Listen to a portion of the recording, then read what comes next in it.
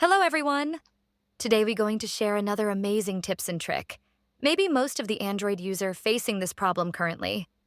Here, how to remove Gmail account from Android device. So, let's start. Open Gmail app.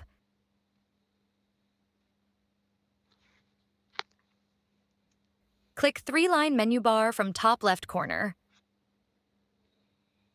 Scroll down.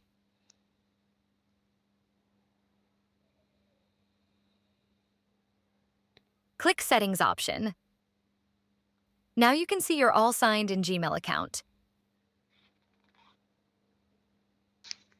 Click three-dot menu from top left corner. Click Manage Accounts. Then click here. Google. Choose which account do you want to remove. Then tap to targeted Gmail. It's turn to remove Gmail account from the device. Click here. Now tap to remove account.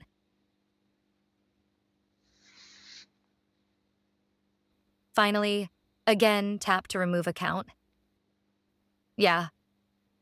You have done. Gmail account has been removed from your device. If you enjoyed this video, please like, share, and subscribe to our channel.